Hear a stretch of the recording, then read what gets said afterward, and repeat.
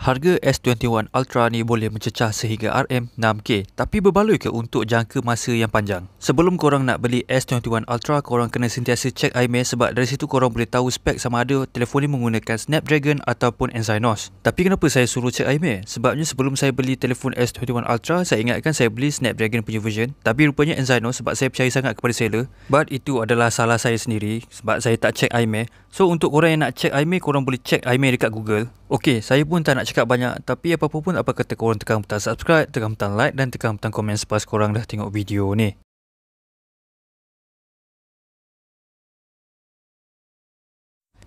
Saiz skrin sebesar 6.8 inci dan agak berat juga phone ni. Skrin phone ni dah diinstall Corning Gorilla Glass Victus yang paling latest. Walaupun phone ni besar, tapi bila pegang actually memang selesa sebab tak ada accident nak tertekan button volume dan tak ada terkena lensa kamera. Warna matte black untuk S21 Ultra memang kenalah juga dengan design yang macam ni. Design dia memang top A dan memang eksklusif berbanding smartphone yang lain. So ni memang lain daripada yang lain. Untuk benda ni Samsung dah pun win untuk bab design dan warna, so good job untuk Samsung. Saya jenis yang tak berapa nak suka sangat untuk bab kamera bump yang agak besar, tapi untuk S21 Ultra dia punya kamera bump saya boleh accept sebab memang kena. Tapi sebagai peringatan untuk korang, kalau nak beli S21 Ultra, korang kena sediakan RM50 untuk beli cover dia. Yelah kan, sebab kamera bump dia agak besar, so bila korang letak dekat tempat rata, korang faham je lah apa yang akan jadi dekat lensa kamera tu. Tapi bila back panel dia ada kesan cap jari sikit, memang susah sikit nak lap back panel phone ni. S21 Ultra smartphone yang pertama menggunakan 120Hz untuk skrin beresolusi WQHD+. Tapi dia tak adalah kekal 120Hz setiap masa sebab refresh rate dia bergantung kepada apps juga, dan kalau dia kekal 120Hz setiap masa memang akan cepat panas sebab phone ni menggunakan Exynos kan.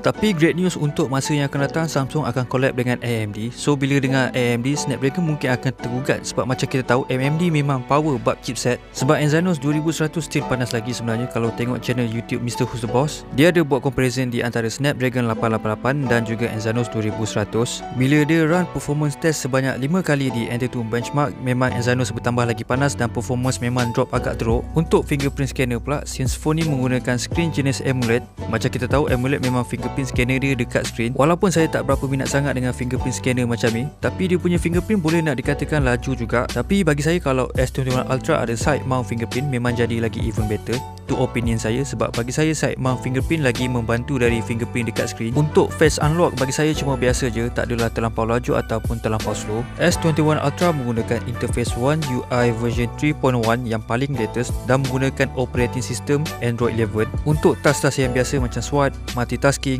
open segala apps, memang tak akan rasa lagging sebab phone ni ada 12GB RAM. But untuk storage, walaupun internal dia sebesar 256GB ataupun korang pilih 512GB, bagi saya tetap nak juga external storage. Yelah kan, kalau previous phone kita ada external storage dan ada banyak gambar ataupun file penting dalam external storage tu, tak perlulah nak bluetooth benda-benda tu ke dalam phone yang baru. But in future memang smartphone company akan move on dari external storage ni. Untuk video pula, since phone ni menggunakan screen AMOLED dan adanya WQHD+, memang akan nampak sharp dan details bila tengok video, especially video beresolusi macam 4K. Kalau nak tengok movie dekat phone ni pun memang agak nice. Bercakap pasal movie, phone ni ada Dolby Atmos dan speaker dia memang kuat dan sound dia memang sedap dan ada setting audio dari auto, movie, music ataupun voice, depend kepada situasi korang. Kita beralih kepada gaming pula. Bab gaming, kalau PUBG memang kurang memuaskan sebab setting tak adalah seperti yang saya harapkan. Tapi bila main PUBG campur pula dengan chipset Exynos, memang akan jadi panas. Sama macam S10 Plus, dia main sekejap je PUBG memang akan jadi panas. Tapi panas dia tak adalah seteruk macam S10 Plus. S10 Plus bila main setengah jam memang dah jadi panas sangat. Tapi untuk games lain memang perform dan tak ada sebarang masalah. Ditambahkan lagi dengan phone ni ada Dolby Atmos, so memang feel jugalah main. So bila saya main game tu, memang saya akan setting volume kepada yang paling maksimum. Kita move on kepada bateri pula. Memang saya ada bad impression dekat S21 Ultra, even bateri dia sebesar 5000 mAh. Sebab phone ni menggunakan Exynos, saya expect phone ni akan cepat habis bateri, but turn out impression saya salah sebab bateri dia memang boleh bertahan lama juga. Tapi sayangnya Samsung tak ada provide charger untuk S21 Ultra, jadi saya pun mengambil keputusan untuk beli charger RM50. And charger tu pun not bad juga, so saya akan letak link description dekat bawah. S21 Ultra support charger sehingga 25W, so daripada 0% ke 100% mengambil masa sepatutnya sejam sahaja. Tapi saya macam kecewa sikit sebab S21 Ultra cuma support 25W saja. Saya expect lebih daripada 25W. Kamera S21 Ultra totally semua ada 5 lens. Kamera hadapan menggunakan 40MP f2.2 dan video front facing dia boleh up kepada 4K 60fps.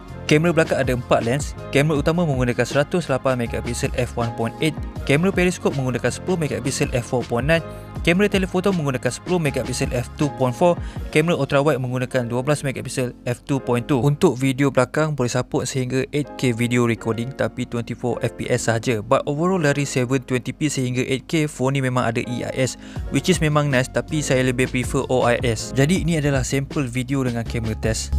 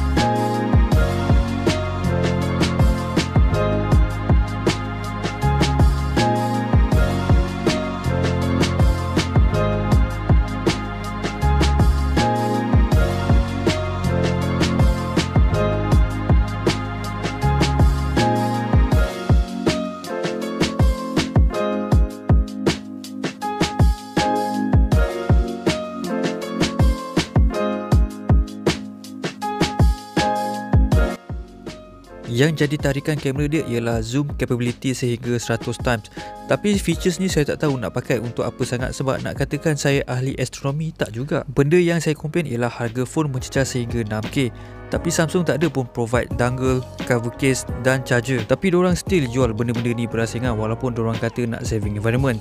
Cara business type yang macam ni hanya untuk buka new business opportunity, dan saya against dengan practice business macam ni. So bagi korang yang nak beli S21 Ultra, korang kena sediakan RM200 untuk beli benda-benda yang saya komplain ni. Jadi sampai sini je untuk video S21 Ultra. So hopefully bagi yang nak beli S21 Ultra, saya harap korang dah dapat info yang korang nak dalam channel ni. Bagi Samsung, saya harap korang jangan offense dengan benda yang saya komplain, sebab itu apa yang saya rasa sebagai pengguna biasa. Jadi sampai sini je untuk video kali ni. Saya akan jumpa korang pada minggu hadapan dengan video yang lain.